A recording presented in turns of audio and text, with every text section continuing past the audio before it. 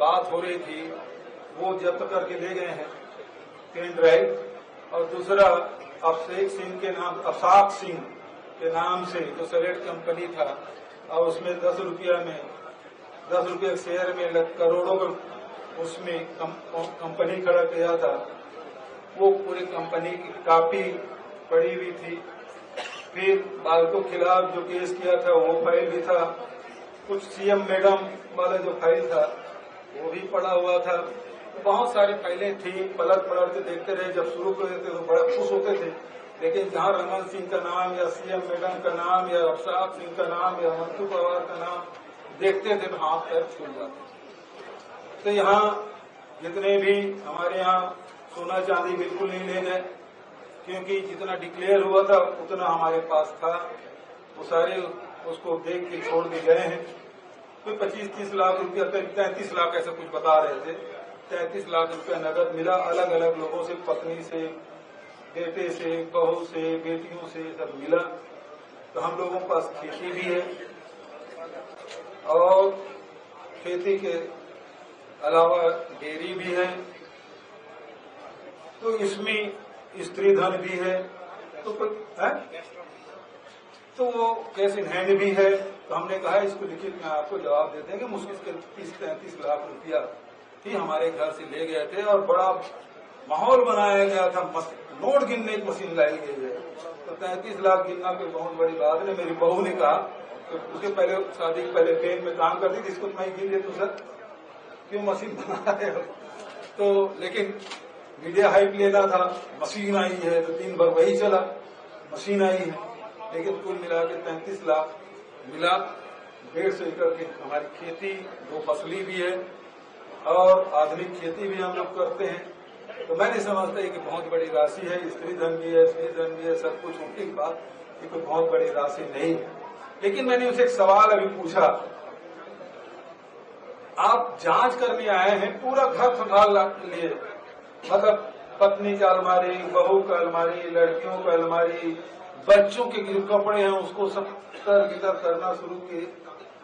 तो सब अभी अब ठंड समाप्त हुआ तो जितने गर्म कपड़े हैं उसको सब दीवान में भर के रखे हैं, उसको सब खोल खाल डाले, मिला कुछ नहीं। तो मैंने अभी जाते जाते उनसे पूछा ECIR नंबर क्या है, तो बोले कोई ECIR नंबर। जांच किस बात की कर। तो इससे स्पष्ट होता है कि अब विधानसभा में सवाल पूछना अपराध हो गया है। गवासी लखमा ने सवाल पूछा, 8 दिन के अंदर ईडी चला गया, जबकि शराब घोटाले की जांच 3 साल से चल रही है। अभी तक के फाइनल रिपोर्ट सबमिट नहीं कर पाए हैं, चार्जशीट फ्रेम नहीं कर पाए हैं, गवाही होने की बात तो दूर, 8 दिन के भीतर में उसे जेल में डाल दिया। मैंने विजय शर्मा से गरीब लोगों का आवाज का प्रश्न पूछे, सब साथी थे, 8 दिन भी नहीं लगा, चौथे दिन मेरे घर में पहुंच गए। तो भाई आप जांच कर रहे हो, 2 साल हो गया, 3 साल हो गया, 4 साल हो गया, कब आप ट्रायल करोगे, कब गवाही होगी, कब उसके फैसला आएगा। ये तो भारतीय जनता पार्टी इस बात पे बगलाई हुई है कि 7 साल पहले जो घटना घटी थी जिसमें विनोद वर्मा की गिरफ्तारी हुई थी, मुझे भी गिरफ्तार किया था, अब जब केस ट्रायल के लिए यहाँ है, चार्ज फिल्म के लिए, तो CBI ने उसको सुप्रीम कोर्ट ट्रांसफर के लिए ले गया था। जब सरकार बदली तो उन्होंने केस विड्रॉ कर लिया, केस फिर यहाँ आया। अब जब चार्ज फ्रेम करने की जब बात आई तो मुझे डिस्चार्ज कर दिया गया। वो भी सेंट्रल एजेंसी CBI है और इससे भारतीय जनता पार्टी बेहद बखलाई है। मैं कोई कमेंट नहीं किया था, मैं तो केवल एक लाइन लिख दिया था, सत्यमेव जयते। लेकिन आज जिस प्रकार से कार्रवाई इन्होंने की है वो ये बौखलाहट है इनका, और ये प्रदर्शित करता है कि ये 2 कारण से बेहद उद्वेलित हैं और वो किसी सीमा तक जा सकते हैं। और इस आधार पर मेरे घर में सर्चिंग की गई, सारे संपत्ति कुल मिला के 32-33 लाख रुपए ले गए हैं उसका हिसाब हम लोग दे देंगे। कोई बहुत बड़ी बात नहीं है, इतना बड़ा परिवार है, 140 एकड़ की खेती करते हैं, ये कोई बहुत बड़ी राशि नहीं है, लेकिन उतना ही राशि ले गए हैं। ये स्थिति है, बखलाहट में कार्रवाई कर रहे हैं, लेकिन अब देश की जनता जान चुकी है। पहले सीबीआई ईडी की कार्रवाई होती थी तो लोग समझते थे कि जरूर कुछ गड़बड़ होगा, लेकिन अभी जिस प्रकार से घटनाक्रम घटी पूरे देश भर में, उससे स्पष्ट हो गया है कि भारतीय जनता पार्टी जब बखलावती है तो परेशान करने के लिए, प्रताड़ित करने के लिए, बदनाम करने के लिए इस प्रकार से कार्रवाई करते हैं। सुबह से 9 घंटा बोले, इतना बड़ा था तो दूसरी जगह 7-7 दिन रहते थे, शाम को ही चले, बहुत खाली हो गए थे, 4 बजे तक बहुत खाली बैठे थे, खाना भी खाए, नाश्ता भी किए, चाय भी पिए, सब ठीक है। हमारे मेहमान हैं, हमारे घर में आए तो हमारी जिम्मेदारी बनती है। लेकिन पूर्व मुख्यमंत्री के घर में यदि जांच हो और कुछ घंटे में समाप्त हो जाए, इसका मतलब है कि उसको कुछ मिला उला नहीं है। दूसरे यहाँ तो 1-1 दिन, 2 दिन, 3-3, 5-5 दिन का भी चल रहा है। ये केवल बदनाम करने के लिए यहाँ आए थे, लेकिन प्रदेश की जनता, देश की जनता जान चुकी है कि जिस प्रकार से अभी जनरल सेक्रेटरी मुझे बनाया गया, पंजाब जैसे महत्वपूर्ण राज्य के मुझे प्रभार दिया गया है, तो इससे ये 3-4 कारण है जिसके कारण से बखलाव है।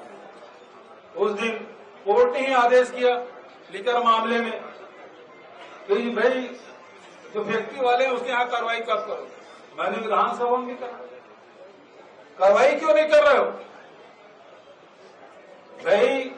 यदि शासन का नुकसान हुआ है और ओपी चौधरी के पास पूरे विभाग है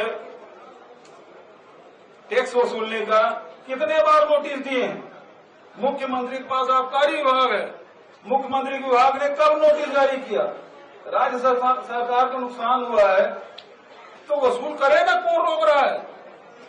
वसूल तो कर नहीं रहे, केवल बदनाम करना, षड्यंत्र करना इसका उद्देश्य रहा। तो आप सबका बहुत बहुत धन्यवाद। सुबह से आप लोग आए, बहुत आप लोग भी पसीना बहाए हैं और कुछ असुविधा होगी क्योंकि इतने बड़े ही छाया था जिसमें आप लोग बैठ पाए, लेकिन बहुत लोगों को पानी, चाय, नाश्ता नहीं मिल पाए होंगे, उसके लिए मैं आप सबसे क्षमा चाहता हूं। मुख्यमंत्री विष्णुदेव साय ने कहा, कोई पूछताछ नहीं, केवल घर में कितनी संपत्ति है उसकी जांच हुई, किसके पास कितना सोना है, किसके पास कितने चांदी है, किसके पास कितना रुपया है, इसके अलावा कुछ नहीं। मुख्यमंत्री विष्णुदेव साय ने कहा कि 5 साल जो गड़बड़ियां हुई है। अरे भाई मैंने क्या कहा? एक तो ECIR नंबर नहीं, पहले आपको लाइन बोला है ना। दूसरा, घर में जांच किए, केवल आपके पास संपत्ति कितनी है उसकी जांच उन्होंने की। सोना चांदी वो छोड़ के गए, रुपया वो 33 लाख उसको लेके गए। अरे भाई डिजिटल दस्तावेज में हम तो बोले अब 7 सिंह का दस्तावेज था, ले नहीं गए, जबकि कोर्ट में निर्देश है ईडी कार्रवाई करना चाहिए। मैंने तो बोला कि इसमें ईडी कार्रवाई करने के लिए कहा अफसाफ सिंह ये दस्तावेज ले जाओ, नहीं ले गए क्योंकि रमन सिंह के बेटे का है, पूर्व सांसद का है, वो दस्तावेज मेरे पास पड़ा हुआ है, नहीं ले गए। हाँ, मंतूराम वाला डिवाइस ले गए, डॉक्टर पुनीत गुप्ता उसके बीच में करोड़ों की कुछ बात हो रही थी, वो वाला ले गए। ऐसी कार्रवाइयों से क्या विपक्ष को दबाने का प्रयास किया? और नहीं तो क्या है, ईडी आईटी के नाम से। अरे भाई सामान्य आदमी, जो प्रतिष्ठा वाले आदमी है, इज्जतदार आदमी, घर में कांस्टेबल भी थाने का चल दे, मोहल्ले में चर्चा हो जाती है कि फलाने के घर में कांस्टेबल क्यों आया था, पुलिस वाला क्यों आया था। तो आज ईडी सबसे बड़ी संस्था, यदि भूपेश बघेल आए तो चर्चा तो होना है, लेकिन क्या है उद्देश्य, क्या था? केवल बदनाम करना। मुख्यमंत्री बोल रहे हैं कि ईडी जो है केंद्रीय एजेंसी है, इससे प्रदेश का लेना देना नहीं है, सरकार अपना काम कर रही है। मुख्यमंत्री मतलब अब मुख्यमंत्री अपना बचाव करने लगते हैं। आप कह रहे सोना चांदी छोड़ गए, कुछ चीजें छोड़ गए, तो दोबारा आएंगे क्या? और अगर आए तो किस तरीके से? नहीं, देखिए जांच एजेंसी का पूरा सहयोग करेंगे। हम तो भाई वो कर्मचारी हैं, वो तो के गुलाम है। सुप्रीम कोर्ट ने वैसे ही कहा कि ये पिंजरे के तोते हैं। उसके बाद कुछ कहने का है कि हम लोग कुछ नहीं कहना है। मुख्यमंत्री ने ये भी कहा है कि कुछ लोग जेल के अंदर चले गए, कुछ लोग जाने की तैयारी कर लें, ये भी उन्होंने कहा। अब विष्णुदेव साय के बारे में क्या बोलूंगा, प्रश्न से भागते हैं विधानसभा में। विधानसभा में लिख के आता है उसी को पढ़ते हैं। तो अभी भी जो बयान दिए हैं वो लिख के कोई दिया होगा, उसी को पढ़े होंगे, अपने मन से कुछ बोल नहीं पाते। ये सारे विधायक हैं, बिना देखे कुछ बोल पाते हैं क्या? सत्र किस तरीके से देखा जाएगा? सत्र देखिए, जनता के मुद्दे का हमको लड़ना है। भूपेश बघेल अपने लिए कभी लड़ाई नहीं लड़ता। भूपेश बघेल हमेशा कांग्रेस पार्टी नहीं सिखाया कि जनता के मुद्दे के लिए लड़ना है, और यही काम भूपेश बघेल करता है। भूपेश बघेल हमेशा आम जनता की लड़ाई, चाहे किसान हो, मजदूर हो, आदिवासी हो, महिला हो, बेरोजगार हो, छत्तीसगढ़ की जनता के हित में लड़ाई हमेशा लड़ता रहा है और लड़ता रहेगा। लगातार बीजेपी कह रही है कि कांग्रेस हर जगह से साफ हो रही, तो हम क्यों उन्हें डराएंगे? उनको वहीं पर कहीं पे स्टैंड नहीं ले पा रहे, अपने लिए काम नहीं कर पा रहे। अब तो ये चीज बताओ, भारतीय जनता पार्टी इस घटना में लिकर वाले स्कैम जो बोल रहे हैं, 3 साल से जांच चल रही है, अभी तक के वो चार्ज फ्रेम कर पाए क्या? अपना फाइनल रिपोर्ट सबमिट कर पाए क्या? जांच के नाम से खोले रहे और सबको जेल में डालते रहो। यही है, ये इनके काम करने की स्पीड है। जिंदगी भर में ये जांच नहीं कर पाएंगे। हाँ, वही तो कह रहा हूँ, ये वही बताने का है। इसका क्या संबंध है? अब उसके बारे में क्या जानूंगा भैया? मैं तो यहाँ मैं बंद था या निकला, मैं आपसे बात कर रहा हूँ। कितने जगह कल पेपर में पढ़ूंगे, आज रात को टीवी वैसे आजकल टेलीविजन वगैरह देखता नहीं। क्या छत्तीसगढ़ से पंजाब को साधने की कहीं ना कहीं कवायद बीजेपी कर रही है? छत्तीसगढ़ से आपकी छवि धूमिल करके पंजाब को साधने की कवायद बीजेपी कर रही है। देखो, भूपेश बघेल का हाथ दबाने की ताकत किसी में नहीं है। भूपेश बघेल मौत से नहीं डरता, न चुनाव लड़ने से डरता, न मरने से डरता। मुझे क्यों क्या डराएगा? समझे ना? बहुत हम लोगों ने देखा, झीरम घाटी में हमारे नेता शहीद हुए हैं। उस दिन से मौत का खौफ खत्म हो गया है, और षड्यंत्र प्रो हराते हैं। हम जानते हैं षड्यंत्र प्रो हराते हैं, तो हारने की भी डर नहीं है, मरने की भी डर नहीं है।